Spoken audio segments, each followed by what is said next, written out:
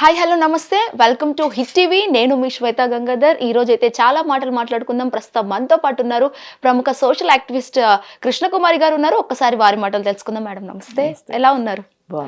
Ma'am, చాలా వరకు అందరూ ప్రెస్ మీట్లు పెట్టడం, పెద్ద పెద్ద వాళ్ళు వచ్చి కుక్కల గురించి చూసుకున్నట్లయితే రేణు దేశాయ్ సో వీధి కుక్కల గురించి ప్రెస్ మీట్ పెట్టారు.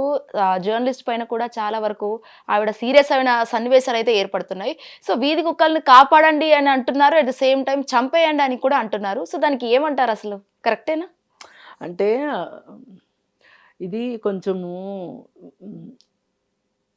అక్కడికి వచ్చిన కొంతమంది జర్నలిస్టులు కొంచెం ఇన్సెన్సిటివ్గా బిహేవ్ చేశారనిపించింది నాకు. ఓకే, ఆవిడ ఒక సీరియస్ మ్యాటర్ మాట్లాడుతుంటే మొత్తం మాట్లాడారు. మాట్లాడిన తర్వాత మరి ఇప్పుడు మీ సజెషన్స్ ఏంటి అని అడగాలి.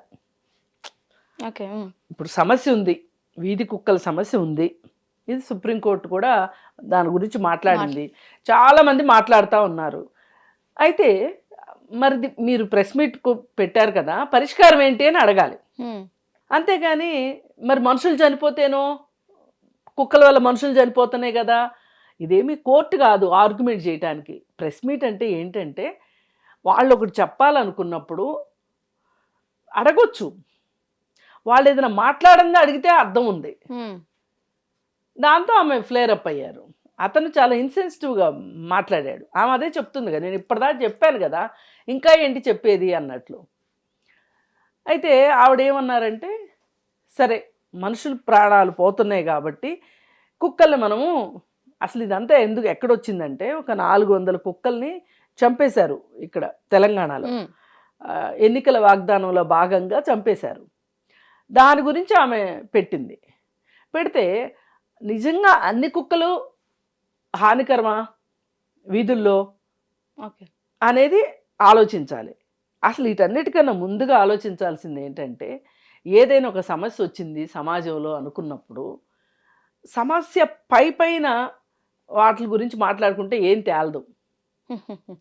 సమస్య మూలాల్లోకి వెళ్ళాలి. అసలు ఈ సమస్య ఏంటి, నిజంగా ఇది సమస్యనా, లేకపోతే కొంతమంది వాళ్ళకున్న out of love, out of affection వల్ల మాట్లాడుతున్నారా అనేది మనం కొంచెం ఆలోచించాల్సిన అవసరం ఉంది.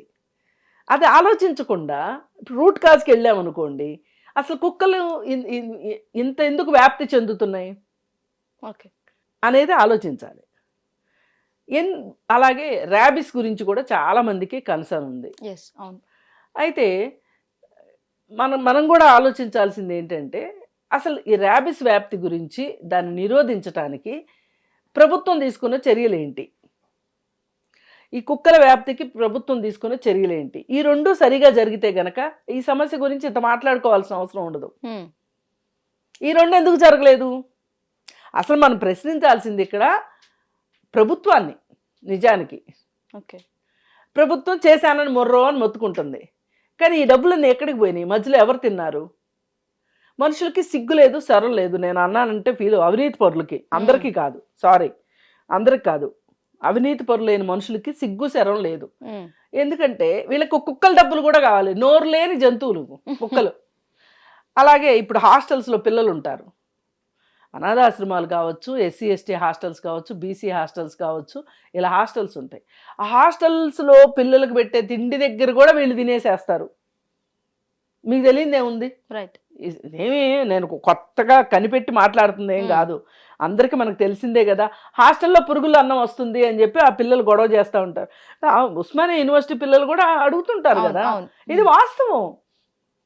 మరి ఇప్పుడు ఒకవేళ నిజంగా గవర్నమెంట్ కేటాయించే డబ్బులు సరిపోవట్లేదా, వీళ్ళు మింగుతున్నారా అనేది ఆలోచించాలిగా. ఇక్కడ కుక్కల విషయం కూడా అంతే, వాటికి సర్జరీలు చేయించాలి, న్యూట్రల్ చేయించాలి వాటికి, అంటే స్టెరిలైజేషన్ అంటారు దాన్ని. అంటే ఆడకుక్కకైనా మక్కుక్కైనా పిల్లలు పట్టకుండా చేయటం చేశారనుకోండి, ఆ కుక్క చచ్చిపోతే అది ఒక 10 పిల్లలనో 15 పిల్లలనో పెట్టి ఇంకో 15 కుక్కలను తయారు చేయకుండా ఉంటుంది కదా. దాని లైఫ్ టైంలో కనీసం ఒక 4-5 బర్త్లు ఇచ్చింది అనుకోండి, ఒక్కొక్క బర్త్లో 4-5 పిల్లలు పుడతాయి ఒక్కొక్క కుక్కకి. సగటున 2-3 చనిపోయినా 3 కుక్కలు మిగిలినాయి అనుకోండి, ఈ 3 మళ్ళీ ఆడకుక్కలైనా మొక్కుక్కలైనా సంతానోత్పత్తిని చేస్తాయి కదా, అందుకే ఇది పెట్టారు. అయితే ఇది సజావుగా జరగట్లా. ర్యాబిస్ ఇంజెక్షన్ చేస్తున్నారు, అది సజావుగా జరగట్లా. దానివల్ల ఈ సమస్య వచ్చింది. అలాగే ఇటు తిండి సమస్య. ఇప్పుడు కాలనీలో ఒక చోట తిండి పెడితే ఒకప్పుడు పెట్టేవాళ్ళు, ప్రతి ఇంటి ముందు ఒక కుక్క ఉండేది, ప్రతి ఇంట్లోనూ కుక్కకి అన్నం పెట్టి తినేవాళ్ళు. ఇప్పుడు అది లేదు. శుభ్రత పరిశుభ్రత ఎక్కువైపోయింది మనకి. అలాగే రోడ్ల పైన పంపులు ఉండే ఎక్కడికక్కడ, అవి నీళ్లు తాగే పంపుల దగ్గర. ఇప్పుడు ఆ పంపులు కనిపించట్లా. దీంతో ఏమవుతుంది, వాటికి మెయిన్ ఇప్పుడు మనకైనా నీళ్లు ఆహారమేగా మనకు కూడా కావాల్సింది, ప్రాథమికంగా కావాల్సినవి. తర్వాత చాలా కావాలనుకో, అది వేరే విషయం. ఏ జంతువుకైనా, పక్షికైనా, ఏ జీవికైనా ఆహారం కావాలి. ఇప్పుడు ఈ కుక్కలు అనేవి మన జీవితాల్లో అవునన్నా కాదన్నా మనుషుల జీవితాల్లో ముడిపడిపోయి ఉన్నాయి. కుక్క, పిల్లి ఇవి. అయితే ఇక్కడ ఇది ఒకప్పుడు పిల్లులు ఉండే కానీ ఇప్పుడు కొంతమంది అసలు ఇళ్లలో కావాలని పెంచుకుంటున్నారు. ఎలుకలు ఉన్నా, ఒకప్పుడు ఎలుకల కోసం పిల్లులు ఉండేవి. ఇప్పుడు ఎలుకలు ఉన్నా లేకపోయినా పిల్లిని పెంచుకోవటం కూడా ఒక ఫ్యాషన్ లాగా పెంచుకుంటున్నారు. అది సమస్య కాదు. ఇప్పుడు బ్రీడ్ కుక్కల్ని పెంచుకుంటున్నారు ఇళ్లలో. వాటి వల్ల ఎవరికి ఇబ్బంది ఉండదు, అవి రోడ్ల మీదకి రావు, ఎవరిని కరవు. ప్రాబ్లం వల్ల వీధి కుక్కలే.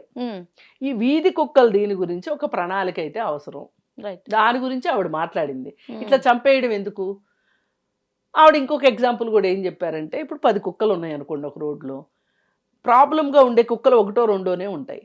ఆ కుక్కల గురించి నాకు కాల్ చేయండి, నేనే తీసుకెళ్ళి యుతనైజ్ చేయించేస్తాను. అంతేగాని కుక్కలన్నిటిని తీసుకెళ్ళిపోయి షెల్టర్ పెట్టానంటాం ఎంతవరకు కరెక్టు? లేదు, మంచి కుక్కల్ని ఇలా ప్రాబ్లమాటిక్గా ఉన్న కుక్కల్ని అన్ని కలిపి చంపేయడం ఎంతవరకు కరెక్టు అని అడుగుతుంది. ఇప్పుడు ఏమైపోయిందంటే ఈ చర్చ కాస్త పక్కకి వెళ్ళిపోయి అతను ఒక రకంగా ఆమెని పోక్ చేశాడు, రెచ్చగొట్టేలాగా మాట్లాడితే ఆవిడ కూడా ఆవేశానికి లోనయ్యి ఒక భావోద్వేగంలో మాట్లాడేసింది. ఇప్పుడు చూసే వాళ్ళందరికీ ఏం కనిపిస్తుంది? ఆమె భావోద్వేగం కనిపిస్తుంది తప్పితే సమస్య గురించి ఎవరైనా మాట్లాడుతున్నారా? లేదు. ఎప్పుడు కూడా ఎవరి భావోద్వేగమైనా సమస్య పరిష్కారానికి పనికి వచ్చింది అనుకోండి, ఆ భావోద్వేగానికి ఒక విలువ ఉంటుంది.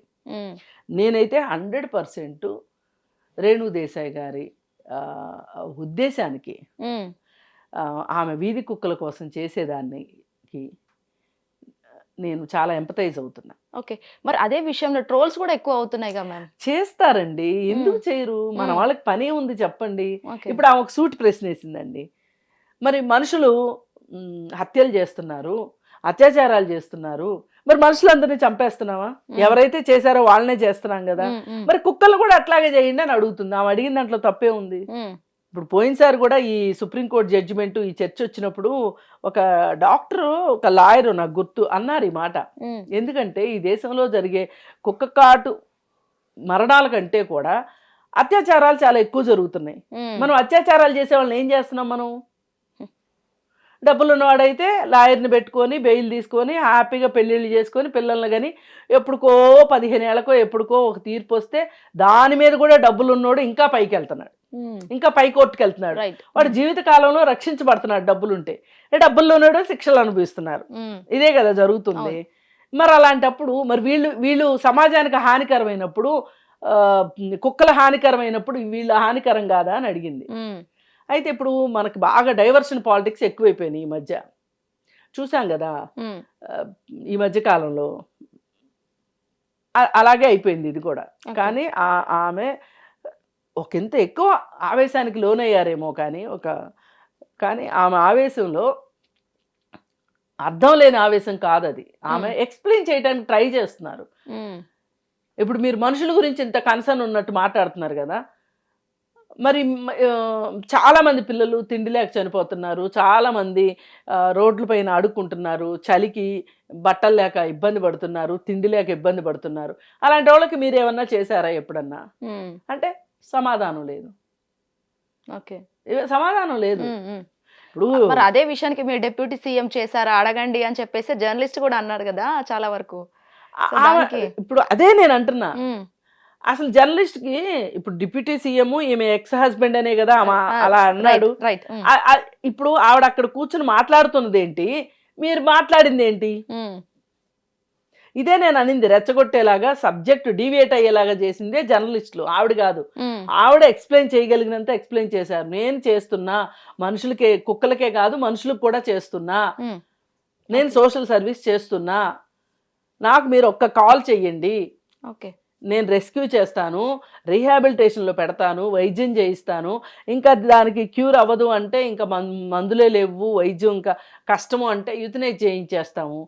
అలాగే ఇప్పుడు మీ రోడ్లలో కూడా ఎక్కడైనా ఒక కుక్క చాలా ప్రాబ్లమాటిక్గా ఉంది, కుక్క వల్ల మీరు ఇబ్బంది పడుతున్నారు, ఏదైనా ఒక ర్యాబిస్ ఉన్న కుక్క మీకు కనిపించింది అంటే కాల్ చెయ్యండి, మేము వచ్చి తీసుకెళ్తాము.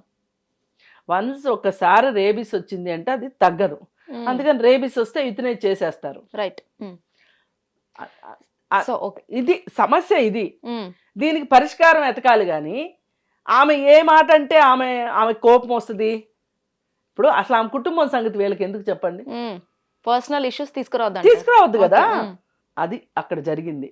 ఏది ఏమైనా కుక్కల గురించి ఎంతమంది చెప్పినా సుప్రీంకోర్టు జడ్జిమెంట్ మటుకు రాంగ్ అనే మాట్లాడతాను నేను కూడా. చాలామంది చెప్పారు, నేను కూడా ఎందుకంటే ఉన్న పళంగా వాళ్ళని ఒక చోట నుంచి డిస్ప్లేస్మెంట్ చేస్తే ఒక మనిషికి తెలుసండి, ఒక డిస్ప్లేస్ అయిన మనిషిని అడిగితే ఆ బాధ ఏంటో చెప్తాడు. ఓకే.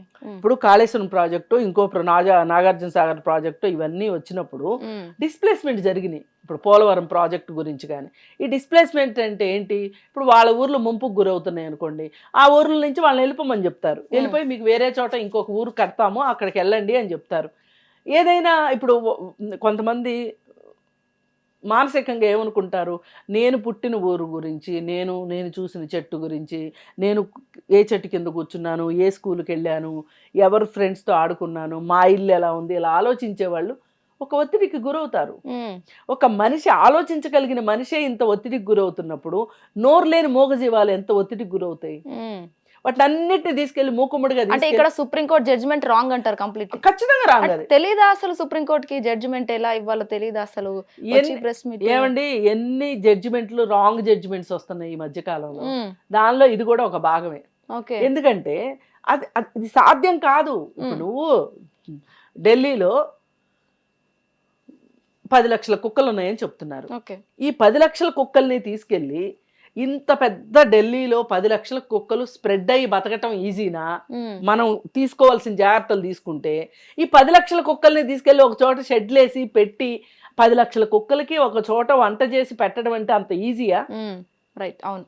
అదే ఒక రోడ్లో 4 కుక్కలు ఉన్నాయి అనుకోండి, ఆ రోడ్లో వాళ్ళు ఆ 4 కుక్కలకి తలా ఒక ముద్ద పెట్టడం ఈజీయా? అసలు ఒకటి, రేబిస్ రానంత వరకు ఏ కుక్క కూడా దానికి నీళ్లు తిండి ఉంటే అసలు ఎవ్వరి జోలికి వెళ్దాం, అలా పడి ఉంటుంది అంతే. Okay, right.